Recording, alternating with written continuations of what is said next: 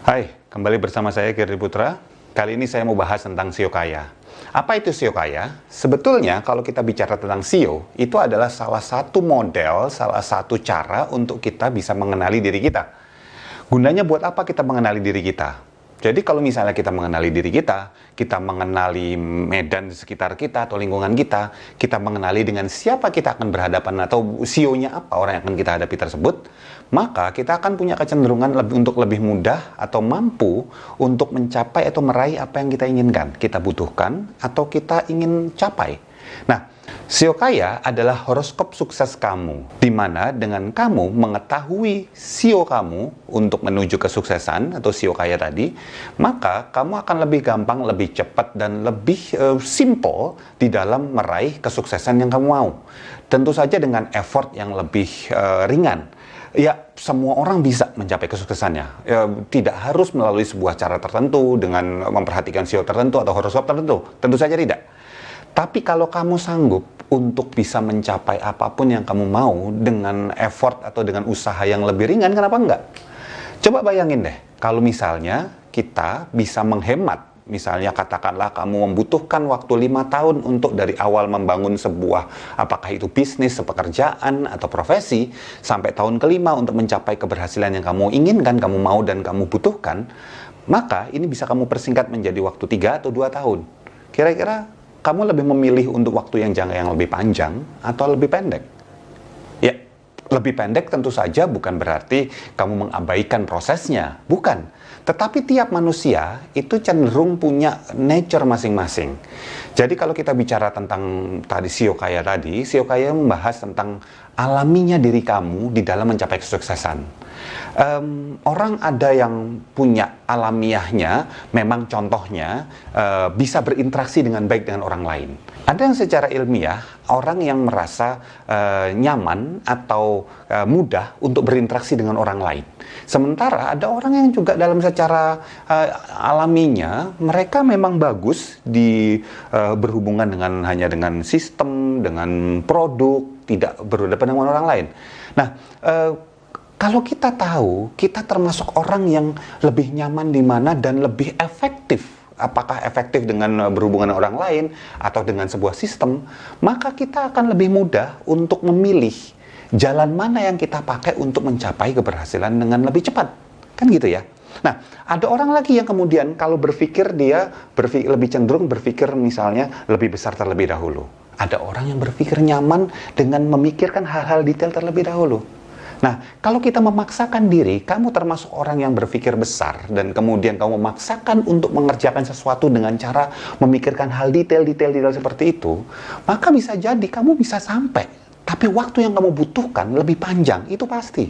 Karena kamu perlu proses belajar dulu, nurture, ya. Padahal nature kamu atau alamiahnya kamu adalah prosesnya kamu berpikir besar, bukan berpikir yang detail. Kita nggak bicara salah benar di sini, kita bicara lebih efektif mana.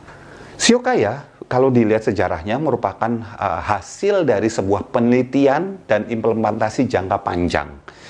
Saya dan Mas Mardigu saat ini sudah menghasilkan sebuah formulasi, sebuah algoritma untuk kamu bisa gunakan. Apa yang bisa kita lihat dari SEO kaya?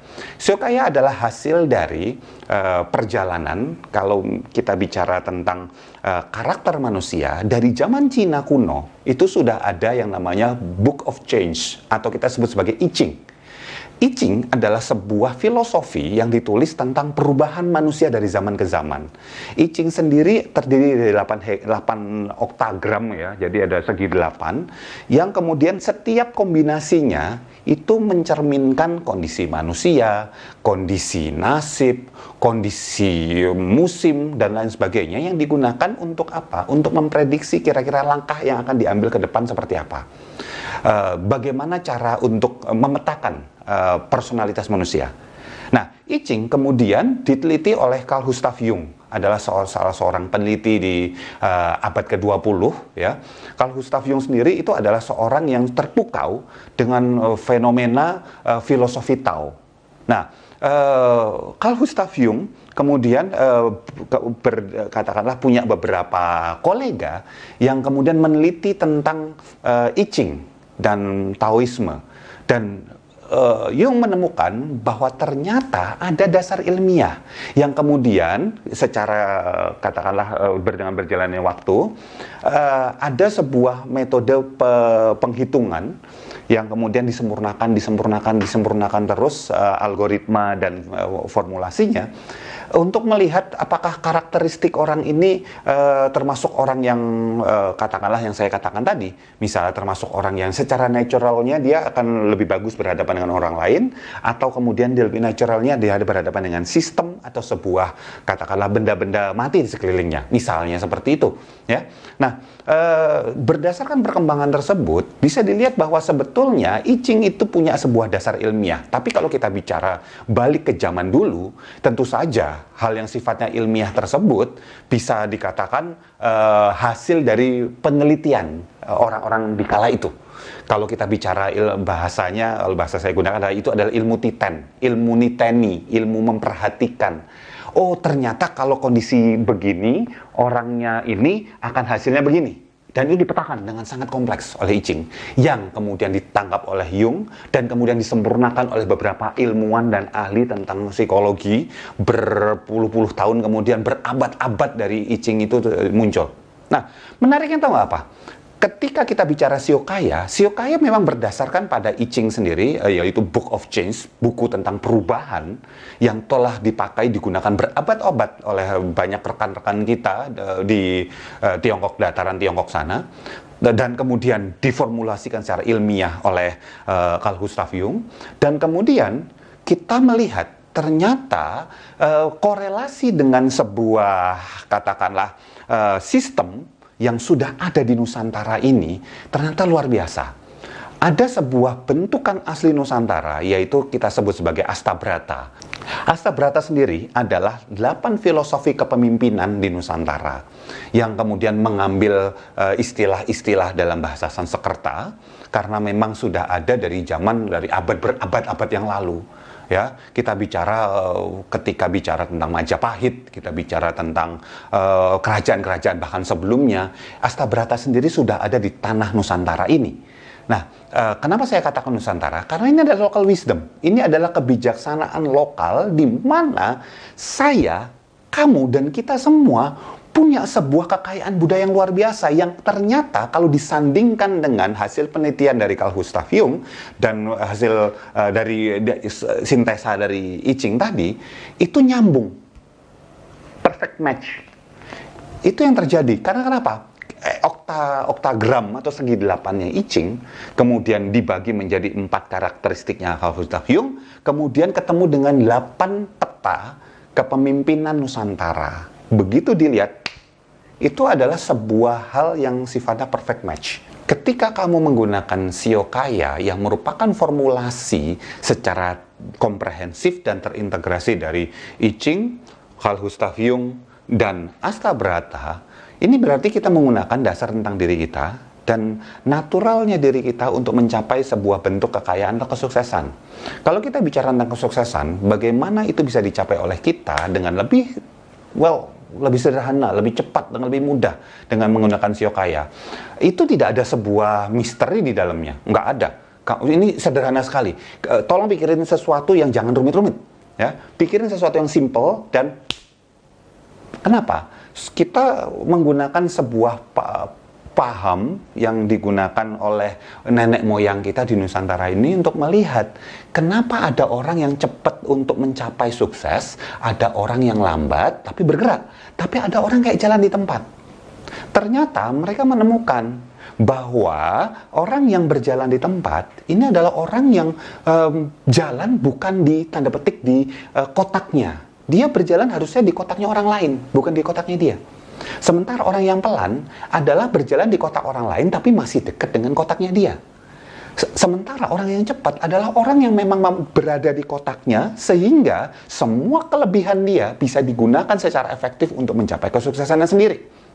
Nah, bagaimana memetakan kamu ada di kotak yang mana? Bagaimana memetakan saya ada di kotak yang mana? Disinilah formulasi antara I Ching, Jung, dan Astabrata itu digabungkan dalam sebuah formulasi sederhana.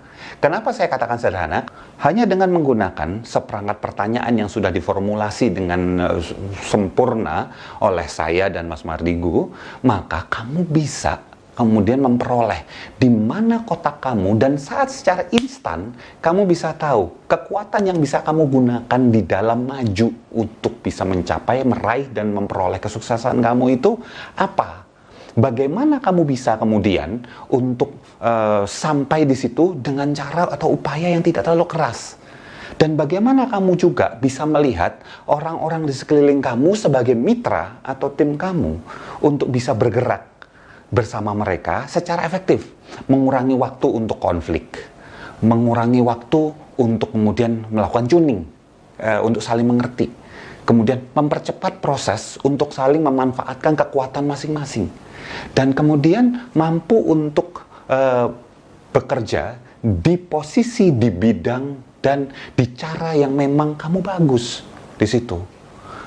Daripada kita mengalami proses panjang. Sebenarnya panjangnya proses ini buat apa sih? Panjangnya proses ini kan digunakan buat kamu nyari-nyari kan. Nyoba sini gagal, nyoba situ gagal, nyoba sini nggak berhasil, nyoba sini belum berhasil, terus baru nemu. Dan ini butuh berapa lama? Gimana kalau kami bantu persingkat? Gimana kalau prosesnya dikurangin menjadi 50% bahkan kurang? Gimana kalau misalnya hanya dengan mengisi formulasi sederhana ini, maka kamu sanggup untuk meraih apa yang memang kamu butuhkan, semua yang kamu butuhkan untuk mencapai kesuksesan dan keberhasilan tersebut yang kamu mau. Bukan yang saya mau, bukan saya tentukan, kamu yang tentukan. Nah, ketika kamu mengisi sederetan pertanyaan, bayangkan, rasakan, dan beradalah di posisi itu bahwa memang ini adalah pertanyaan tentang diri kamu. Bukan kamu maunya apa, tapi ini adalah pertanyaan tentang diri kamu. Ya, ketika kamu memang mengisinya dengan tepat, dan kamu memang fokus di situ, maka kamu akan tahu, oh, di kotak inilah saya berada. Oh, di posisi inilah saya memang bisa meraih sukses saya. Bayangkan satu hal, hanya dengan melihat peta di mana kamu berada di segi 8 yang sudah disediakan tersebut, maka kamu bisa meraih dan mencapai apa yang memang kamu inginkan, butuhkan dengan waktu yang relatif cukup cepat. Kamu mau memotong proses untuk gagal, capek yang berlebihan. Tentu saja kita nggak bisa menghindari gagal, capek, sulit, susah, lelah, dan lain sebagainya. Nggak bisa. Kita nggak bisa hilangkan itu. Itu pasti terjadi. Tetap terjadi. Tapi fokusnya adalah pada mempersingkat waktu. Nah, apa itu segi 8 dari Sio Kaya? Sio Kaya sendiri kita bagi menjadi 8 aspek. Sekali lagi, karena ini adalah sebetulnya penggabungan dan formulasi ulang dan modernisasi dari beberapa wisdom yang memang sudah teruji dan terbukti, maka kamu bisa melihat nanti kamu akan dipetakan dengan cukup spesifik. Nah, dari segi 8 tersebut, kita bicara ada sisi yang katakanlah bagus di dalam penciptaan ide. Itu ada sisi, kita sebut sebagai sisi atas, yaitu alchemist, wizard, dan bard. Ya, dan sisi katakan kita sebut sebagai sisi sebagai pelaksana atau orang-orang yang mampu untuk menjalankan rutinitas dan prosedur dengan baik. Itu kita bicara priest, merchant, dan arbiter. Dan kemudian kamu akan bicara tentang sisi orang-orang yang memang bagus ketika berhadapan dengan orang lain. Naturalnya, alamiahnya memang ketika berhadapan dengan orang lain, orang-orang ini adalah orang-orang yang mampu untuk mempengaruhi dengan sangat baik. Itu adalah bard, knight, dan arbiter. Dan kamu juga akan melihat bahwa ada sisi di mana orang-orang ini adalah orang-orang yang sangat bagus di dalam mengembangkan sistem perencanaan, ya, yang hubungannya dengan non-manusia, yaitu adalah alchemist, martial, dan priest. Nah, dari ke-8 ini, tentu saja kita akan bisa melihat bahwa kamu akan dipetakan menuju salah satu di antara mereka, di mana ketika kamu sudah dipetakan, kamu sudah mengetahui posisi kamu di mana, kamu akan lebih mudah. Untuk apa? Untuk berinteraksi dengan orang lain, untuk kemudian mencari tim yang sesuai, untuk kemudian bisa menggunakan kekuatan kamu. Karena kamu jadi sadar bahwa, oh, ternyata kekuatan saya selama ini di sini. Ya, ternyata ada juga di antara kamu yang mungkin berpikir bahwa selama ini kenapa sih saya udah meletakkan energi besar di suatu tempat gitu, kok kayaknya kayak stuck atau nggak jalan di tempat gitu jadinya. Ternyata mungkin kamu harus meletakkan kekuatan di sebelah sini, bukan di sisi sini. Gitu. Nah, kalau kita bahas satu-satu, ada wizard. Wizard itu sesuai namanya, tanda petik kayak tukang sihir gitu ya. Itu adalah orang yang mampu menciptakan sesuatu out of nowhere. Ide baru, pum, tiba-tiba, bikin gini aja.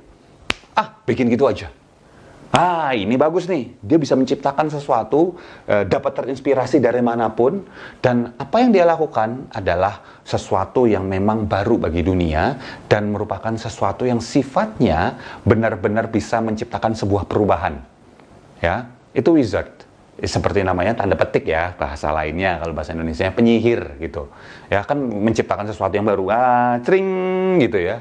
Ya, tetapi tentu saja wizard punya kelebihan dan kelemahan.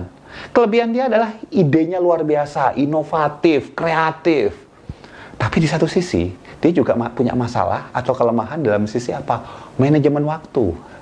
Kalau misalnya kamu termasuk wizard, maka berarti biasanya ada masalah dengan waktu, ada masalah dengan pengelolaan, skala prioritas, masalah itu manajemen keuangan, manajemen diri, manajemen waktu. Dan kalau kita bicara tentang wizard, tentu saja sekali lagi kelebihan tiap ini beda ya, kelebihan tiap kotak ini beda ya. Dan kemudian setelah kita bicara wizard, kita akan bicara soal bard. Apa itu bard? Bard adalah, kalau kita bicara di era zaman dulu, era medieval, abad pertengahan, bard itu seorang yang sifatnya adalah seorang penyair, seorang pewarta, seseorang yang mampu mempengaruhi publik dengan cara publisitas dirinya.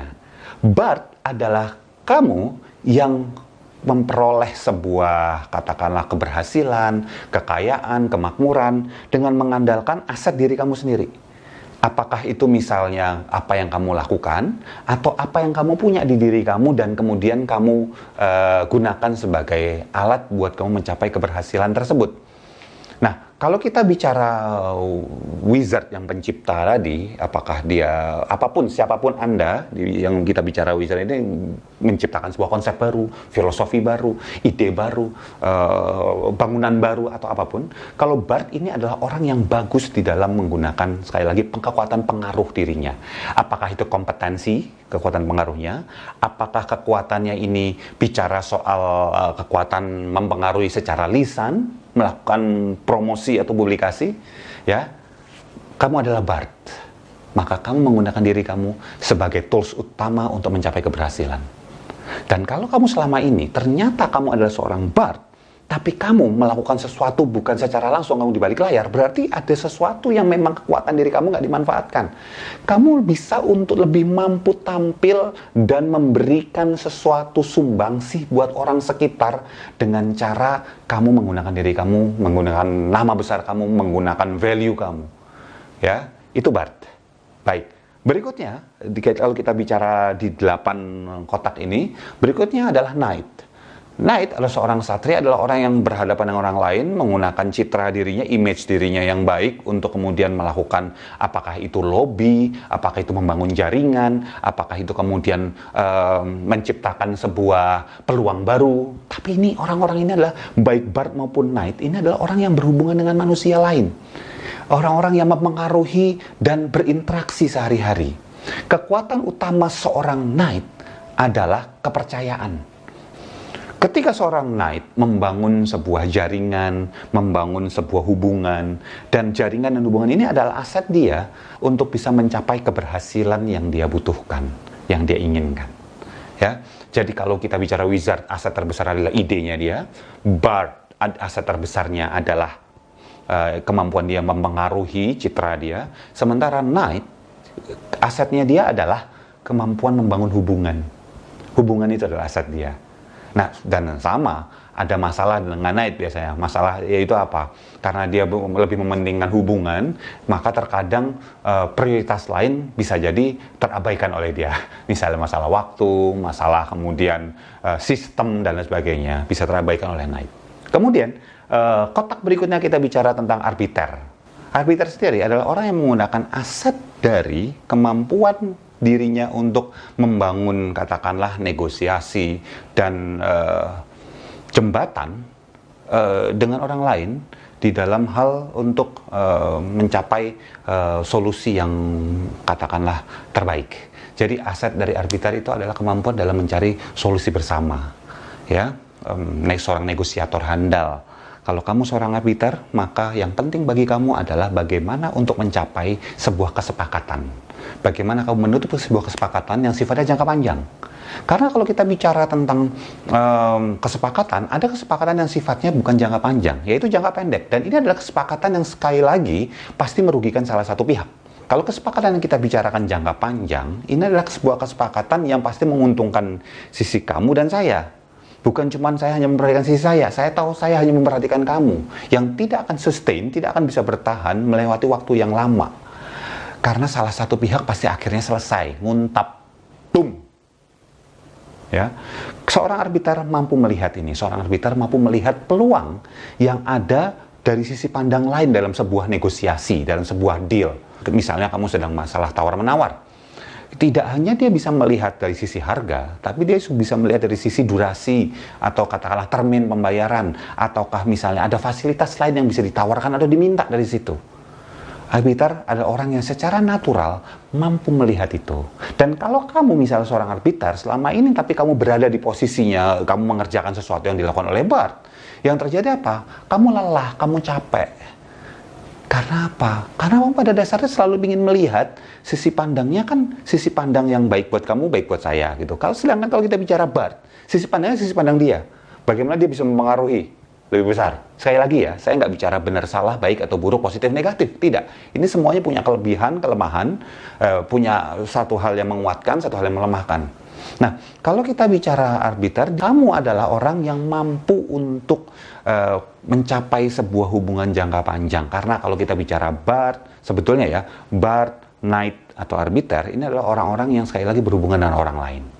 Nah, setelah arbiter kita bicara siapa? Merchant.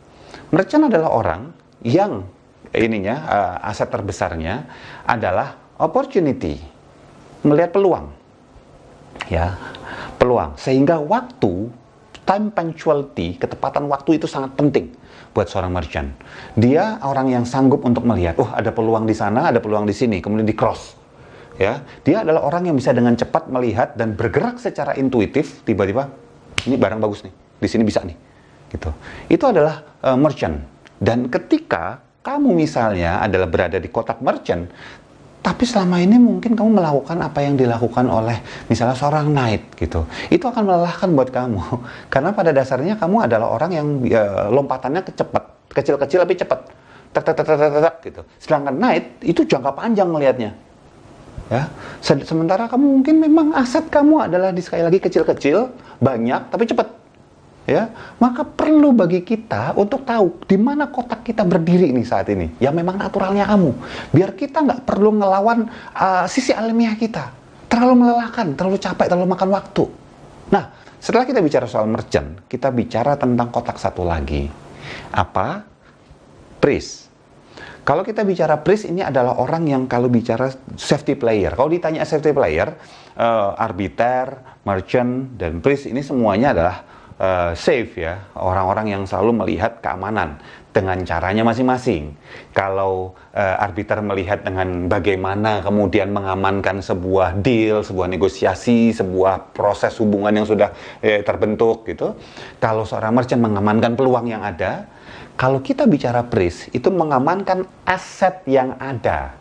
Bagaimana kemudian aset yang sudah ada ini nggak lepas, nggak hilang, nggak kemudian bisa tidak termanfaatkan dengan baik. Kalau kita bicara soal priest, ini adalah orang yang ketika mau melakukan sesuatu memang harus ada SOP-nya, harus ada sebuah prosedur, harus ada sebuah keyakinan bahwa ini semua sudah diukur, sudah dihitung. Itu priest. Dan kalau kamu memang berada di kotak priest, maka kamu lebih cocok untuk melakukan sesuatu yang memang kamu sudah hitung terlebih dahulu probabilitasnya mana yang paling aman buat kamu. Ya, kalau kamu mencoba berada di posisinya Bart, Bart kan ujung ke ujung ini saling bertolak belakang. Bart itu seorang risk taker sekali dia. Ketika mempengaruhi, buat dia pentingnya seorang Bart bagi dia adalah kekuatan pengaruh dia.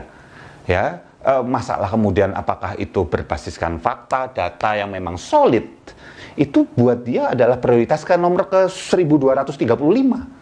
Sementara kalau kita bicara soal PRIS, fakta, data, perhitungan itu adalah prioritas pertama. Jadi kalau kamu berada di kotak PRIS, berarti memang kamu perlu untuk mencari tahu. Kalau kamu khawatir, ini nanti kalau gini gimana, kalau gitu gimana, maka solusinya untuk seorang PRIS adalah kamu cari tahu dulu. Kamu penting mencari referensi, mencari knowledge atau pengetahuan. Kemudian kamu mengerti skill yang memang dibutuhkan. Itu ketika kamu berada di kotak PRIS, ya. Fahami satu hal ini dan kemudian kamu akan bisa meraih sesuatu yang lebih cepat karena kamu menyadari proses alamiah kamu untuk sukses. Ya. Nah, kemudian kalau kita bicara berikutnya, kita bicara Marshall. Apa itu Marshall? Seorang Marshall adalah aset utamanya adalah kontrol, kendali.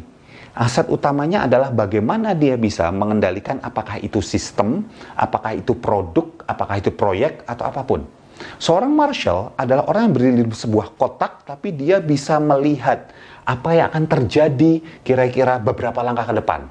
Tentu saja ini bukan karena dia seorang fortune teller, seorang peramal masa depan. Bukan, no.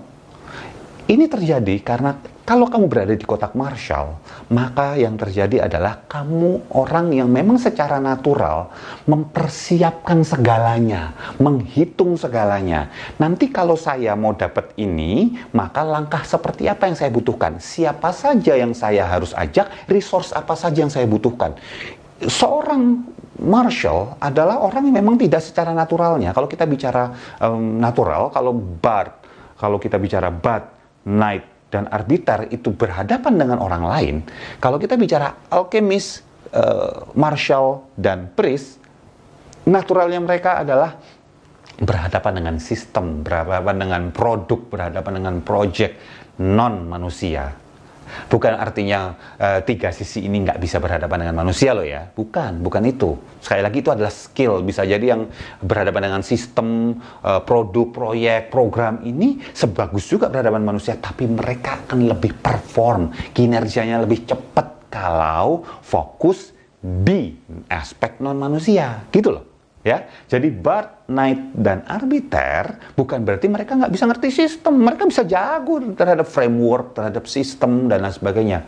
Namun mereka akan lebih terbang lebih tinggi, sayap mereka terbentang lebih besar kalau misalnya mereka fokus pada hubungan antar manusia.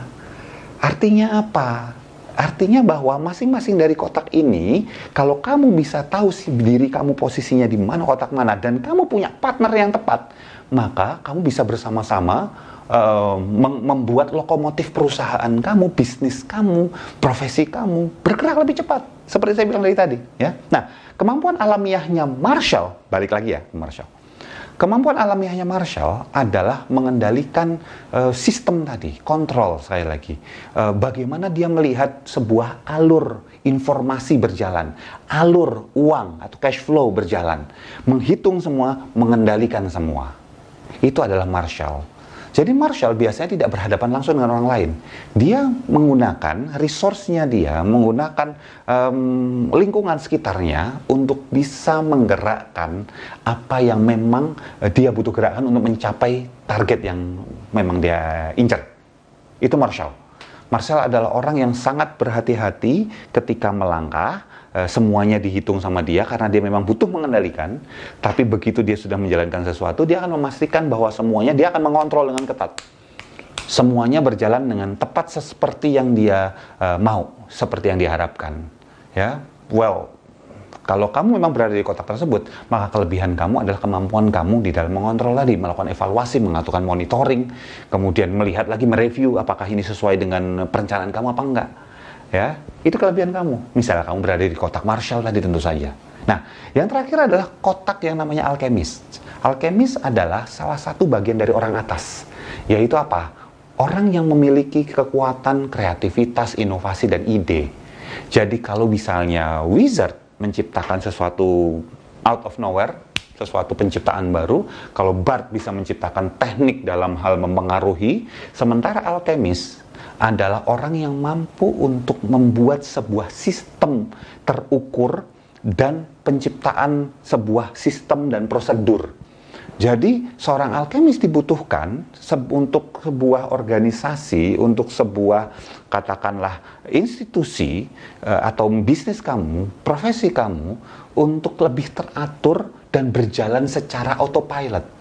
Jadi kalau kita bicara autopilot, kamu membutuhkan seorang alkemis. Kalau kamu berada di kotak alkemis, maka kamulah orang yang bisa menjadikan itu autopilot. Apakah itu bisnis kamu, apakah itu kemudian profesi kamu, apakah itu pekerjaan kamu, atau apapun. Nah, seorang alkemis juga orang yang karena dia aset terpentingnya dia adalah tadi penyempurnaan. Jadi aspek terpentingnya alkemis itu penyempurna, ya. Dia akan menyempurnakan segala sesuatu, ya. Sesuatu yang udah baik dibikin lebih baik lagi, dibikin lebih baik lagi. Kalau kita bicara continuous improvement, kita bicara kaizen, orang ini adalah tanda petik pakar kaizen nih. Orang yang selalu berpikir gimana cara menyempurnakannya, gimana cara jadi lebih baiknya, gimana cara lebih cepatnya, lebih banyak, lebih cepat, lebih baik, lebih besar. Itu alkemis. Dia akan meramu dari sesuatu yang sudah ada menjadi apakah itu lebih cepat, lebih baik, lebih sederhana, tadinya rumit jadi lebih sederhana. Itu termasuk kerjaannya kamu tuh yang berada di kotak alkemis. Ya, dan kekuatan terbesar seorang alkemis, ya, sebuah berkah terbesarnya alkemis adalah mampu melihat hal-hal yang orang lain lihat sudah bagus kok. Dia bisa aja ngeliat, ini kayaknya bisa dibagusin lagi nih di sini nih. Gitu. Itu kelebihan kamu kalau kamu di kotaknya alkemis. Nah, bayangkan dengan 8 kotak ini bekerja bersama-sama, maka kalau kita berkolaborasi, kamu tahu posisi kotak kamu di mana, kamu tahu posisi kotak partner kamu di mana, calon partner kamu di mana, calon customer kamu di mana, maka bisa dibayangkan nggak kecepatan yang dihasilkan atau percepatan yang muncul akan berkali-kali lipat dibandingkan kalau kamu nggak tahu. Ini adalah horoskop menuju kesuksesan kamu. Sio kaya adalah bagaimana kamu memetakan diri kamu biar kamu bisa melompat lebih tinggi, bergerak lebih cepat, dan meraih tujuan kamu lebih baik dari sebelumnya. Tidak memakan energi kamu secara berlebihan, tidak menyia-nyiakan waktu secara terbuang percuma. Semua prosesnya dipersingkat. Sio kaya adalah jawaban kamu untuk kamu memulai segala sesuatu lagi, memulai semua ini lagi dengan cara yang lebih efektif dan efisien. Percaya? Kunjungi situs Sio Kaya di website Sio Kaya untuk kamu bisa dapat sebuah formulasi yang bisa kamu gunakan untuk diri kamu, tim kamu maupun organisasi kamu. Izinkan kami untuk mempersembahkan Sio Kaya ini, horoskop sukses ini buat Anda, untuk keberhasilan kita semua, untuk kolaborasi yang sama-sama menguntungkan untuk kita semua. Kita akan ketemu lagi, sampai jumpa.